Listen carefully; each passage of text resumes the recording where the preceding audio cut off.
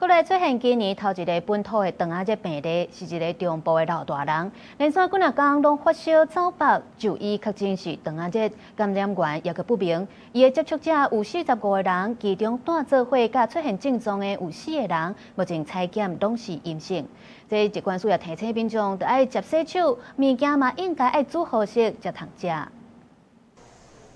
國內出現第一例本土傷寒確定病例，個案是一個中部70多歲的女性，本身有慢性病史，最近攏無出國。在7月中的時陣，先出現發燒含落巴肚這症頭，持續攏無改善。看醫生了後，封收治住院。接落來確診傷寒，目前已經出院。經過調查，接觸者有45個，採檢做伙大漢有症頭的攏總4個攏是陰性。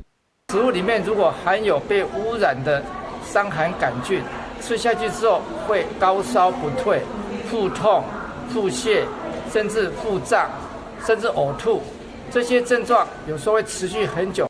疾管署指出，講傷寒是腸道的傳染病，是傷寒桿菌引起的。透過予病人，也是身軀有這種菌的人，因會使用污染的食品，也是啉的水來傳播。身軀有這種菌的人，無一定有症頭。發病者會有持續性發燒、頭痛、落巴肚，也是出現紅疹這症頭。若發生在喙肉、族群，有一定的風險。